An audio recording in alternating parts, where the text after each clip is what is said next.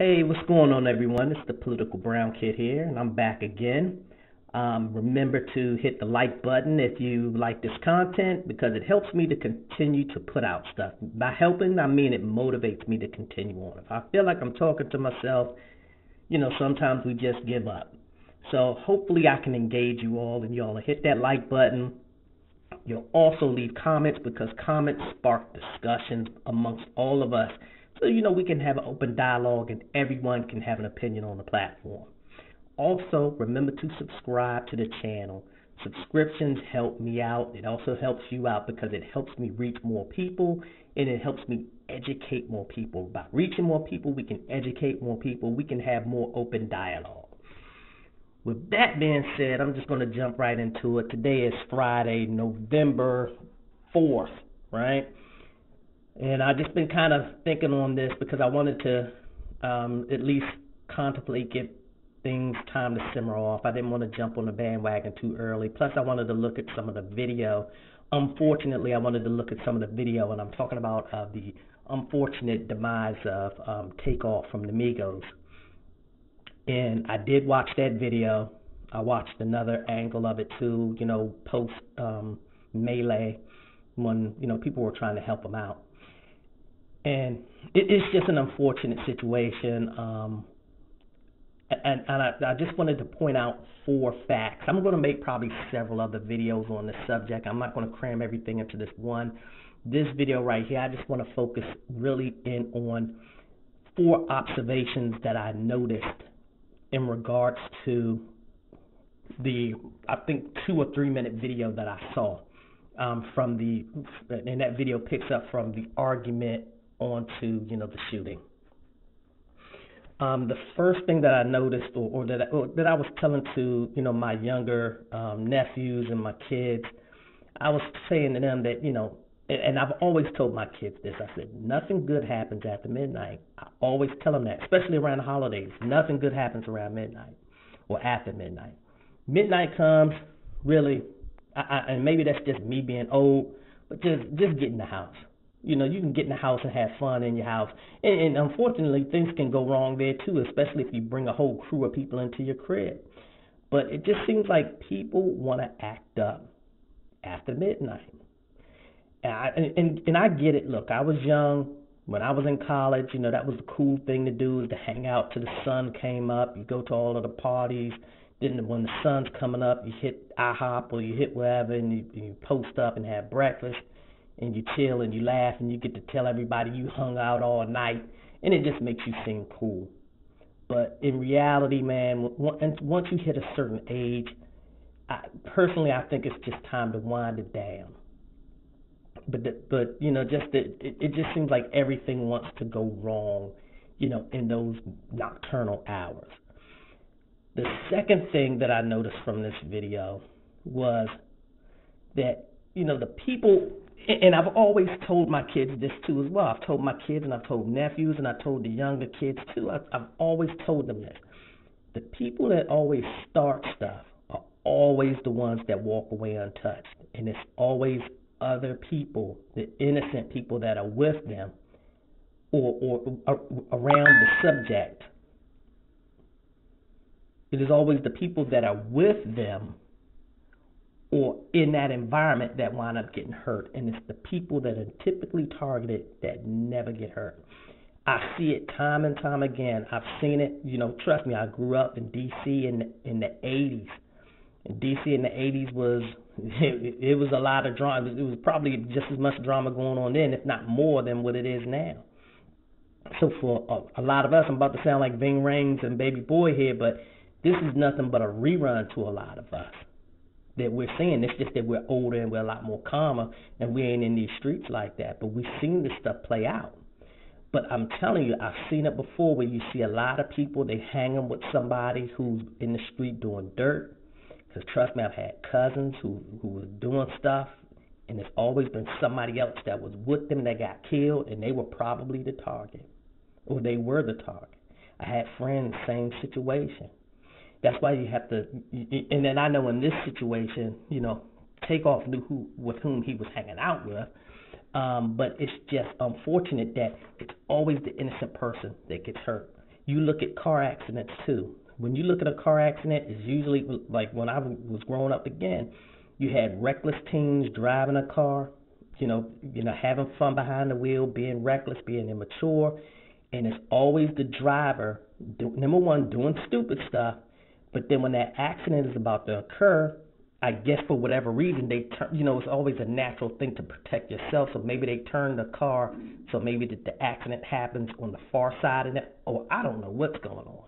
But they're always the one to walk away unscathed. Hell, it was just an accident in I think it was out in California where some woman was driving like 150 miles per hour down the street. I think it was in a Mercedes, and she drove and flew through I think multiple lights, wound up killing a woman a woman who was pregnant. I think wound up killing her kid, killing her boyfriend, and killing numerous other people, and she walked away. And I'm telling you, the people that start this stuff, they walk away. You'll see a lot of drunks. They get into accidents, and they're the ones that walk away. Number one, it's because people say their bodies go limp. That's why, like, if you drop, a lot of times you hear mothers, dropping babies on the ground, when the newborns are born, because the baby's limp. The baby doesn't know that it's dropping, so it just hits the ground. But most people tense up, and when you tense up, you tighten your muscles and your bones up, things are going to break. But when you're drunk, they don't have that type of reaction, so their body's just limp, and they just go limp in the accident. And that's what I'm hearing. So that's just a hypothetical. I'm throwing that out there. But the bottom line is that most people who start stuff, they walk away from it. And it's the people that aren't even involved, that's just chilling, that wind up, catching the worst end of everything going down.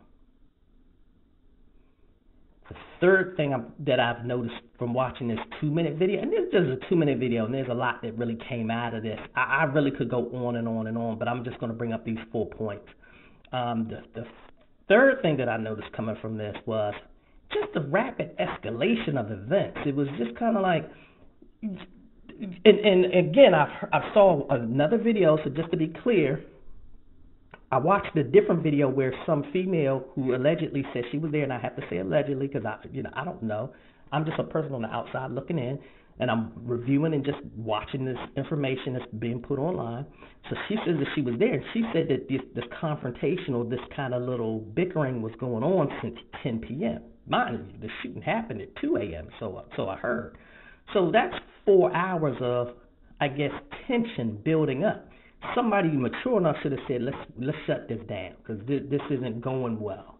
If that's the case, if what she's saying is the case that, from 10 p.m. to 2 a.m. there was all of this kind of little jabs going back and forth, somebody probably should have shut that thing down. But that's neither here nor there. That's Monday morning quarterbacking something. But the point that I want to make is the rapid escalation of events. You look at 2 individuals, and I do believe it's the other Migo Quavo, who's kind of he's mentioned something about basketball and disrespect, or he wouldn't take this type of disrespect, and the people are talking back and forth, and in that conversation there's somebody standing in the back already with the gun drawn. So it's like, so you already are anticipating that this is going to escalate to a shootout. You're not even anticipating anything else but a shootout.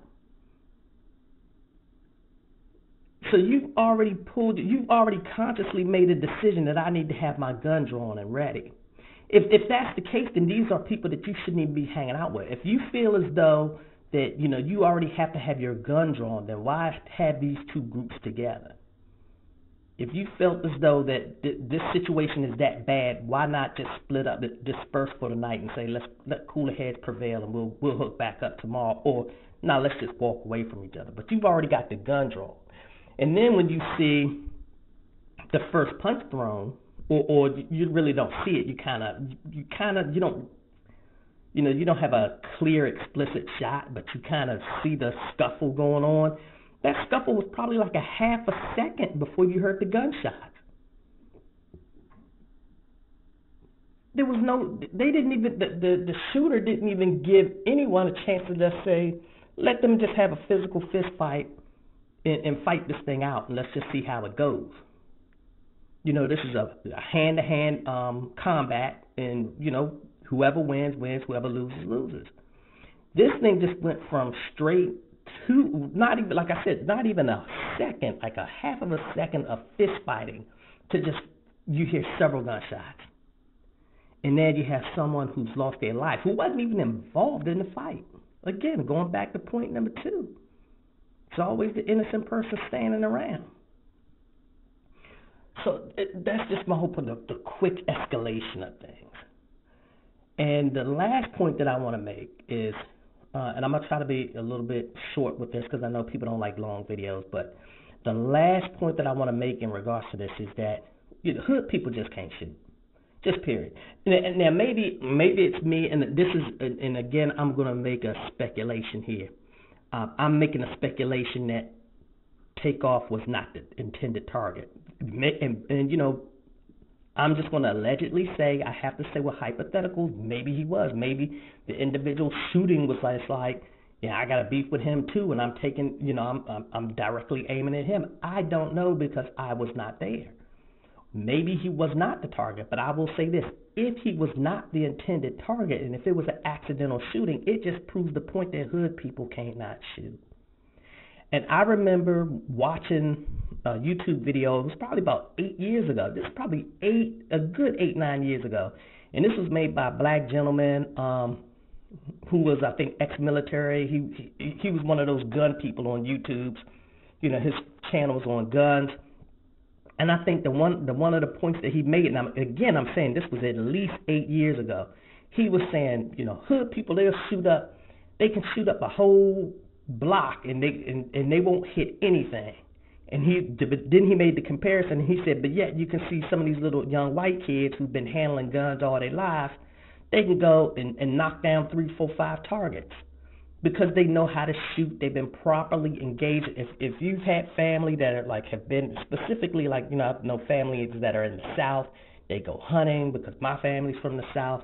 You've seen a lot of people, they go hunting. My cousins and they actually do. I'm probably the sucker in the family because I was raised up north, so I don't do hunting. I don't believe in killing things, and they hunt everything. My cousin hunts with a bow and arrow, but when you look at those people down south, I'm talking about the country part of the South. I'm not talking about big city South. I'm talking about country part. They know how to handle guns. They've been raised around guns. They're experienced with guns. They know how to shoot. And when you look at a lot of these hood dudes, they don't know how to shoot. They don't use proper technique. They don't do anything responsible or effective when it comes to handling a gun. They just don't. And you can look in that video. Number one, you're in a crowd and you got your gun out, but you just got it in your hand down at your side. What if somebody just came and snatched that gun from out of your hands? Now you've been disarmed. It wasn't like that person backed up and made it sure that no one was around them. They're just standing in the crowd. And maybe they're assuming that I'm around my people so I can do this, but that's no proper way to handle a gun. And again, like I said, I've been around individuals that know how to handle guns, and the way that he was handling a gun, there was everything wrong with it. Everything wrong with it. And again, like I said, growing up in D.C. in the 80s, and even when you hear about news in California in the 80s, these people, when they do shootings, they will hit everything but the intended person. They'll hit a baby in a stroller. They'll hit a young girl playing hopscotch on the sidewalk. They'll hit a grandmother. They'll hit a working father. They'll kill a mother.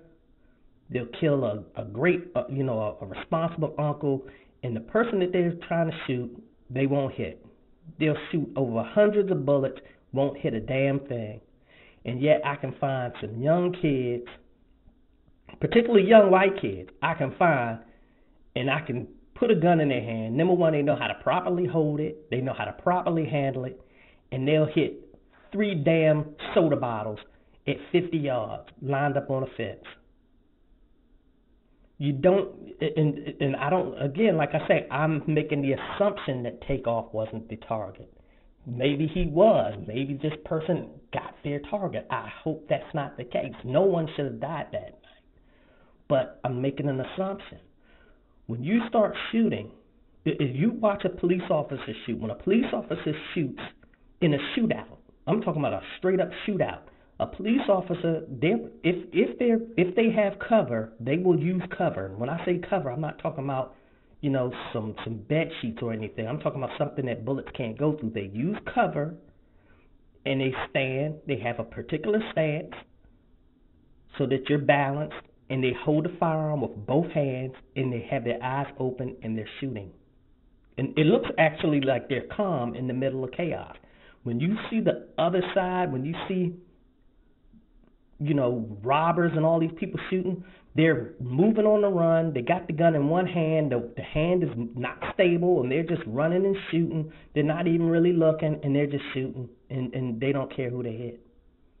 You watch a cop when a cop's in a shootout. They can be standing in the middle of the open, not having any cover. And again, they're in their proper stance, eyes open, both hands on the gun, and they've got their target, and they're calmly squeezing the gun. And I'll say this too to wrap this up, is that I don't know why anyone, especially when you're a celebrity, and again, I'm not involved in the situation, so maybe this is me speaking in error. So I'll try to put a disclosure and say that this is an assumption that I'm making here. But if you are a celebrity, or anyone for that matter, not just a celebrity, but especially celebrities, because celebrities can afford what I'm about to say. If you're a celebrity, the only person that should be in your clique with a gun should be ex-military, ex-police officer, ex-security guard, someone who is certified to handle a gun, someone who is certified to handle a gun.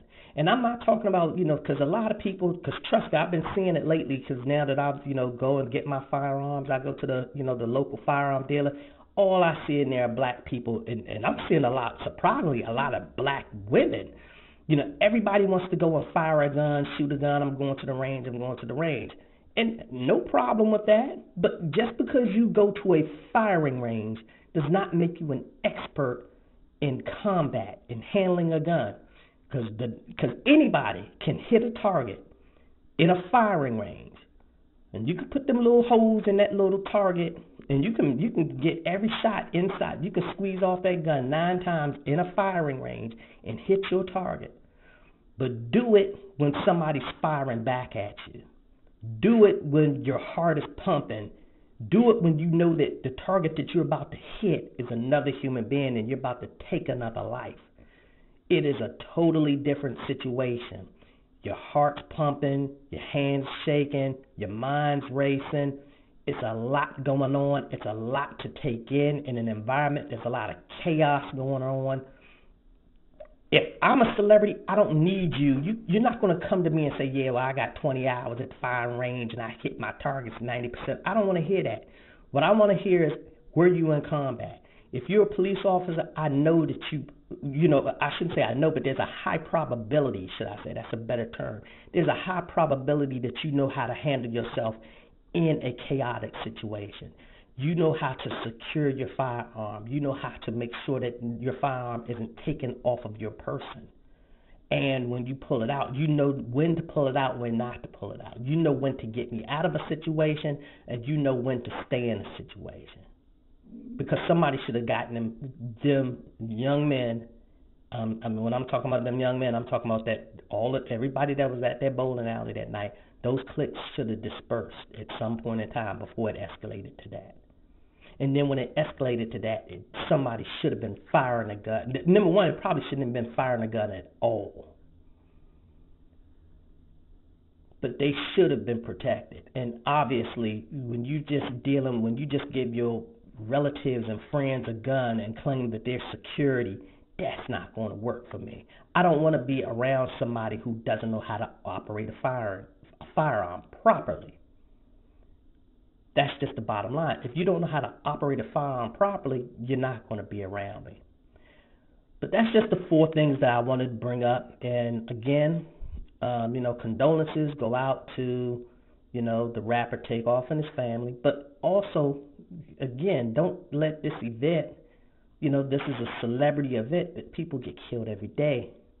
So condolences should go out to everyone every day who lose their lives to gun violence, senseless gun violence at that. So again, this is the Political Brown Kid. If you like this, please like it. Also subscribe. I got good content here. It's good information. We can have a good dialogue, educate you. You can educate me, because maybe I may say something crazy and you may change my opinion on it. Maybe, maybe not. But the only way you'll know is to subscribe. Again, this is the Political Brown Kid. I'm out.